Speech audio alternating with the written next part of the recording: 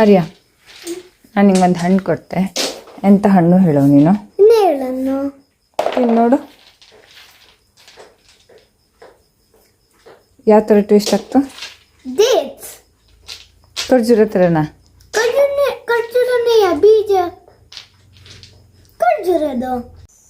S, ಇದು ನೇರಳೆ ಹಣ್ಣಲ್ಲ. ನೋಡೋಕ್ಕೆ ಪಕ್ಕ ನೇರಳೆ ಹಣ್ಣು ಹಂಗೆ ಕಾಣಿಸುತ್ತೆ. ಇದು ನೇರಳೆ ಹಣ್ಣಲ್ಲ, ಇದು ಈಚಲ ಹಣ್ಣು. ಆದರೆ ಟೇಸ್ಟ್ ವಾಯ್ಸಲ್ಲಿ ಪಕ್ಕ ಖರ್ಜೂರದ ಹಾಗಿರುತ್ತೆ.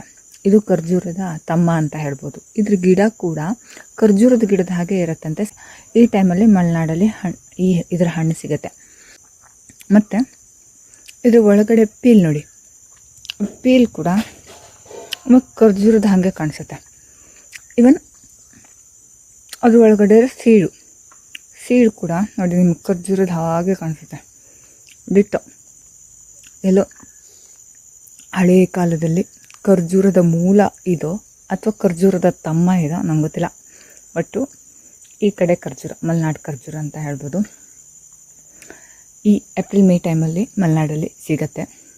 ಸಿಕ್ಕಾಗ ಎಲ್ಲಾದರೂ ನಿಮಗೆ ಖಂಡಿತ ತಿನ್ನಿ, ಟೇಸ್ಟ್ ಮಾಡಿ, ಸಾಧ್ಯ ಆದರೆ ನಿಮ್ಮ ಮಕ್ಕಳಿಗೂ ತಿನ್ನಿಸಿ.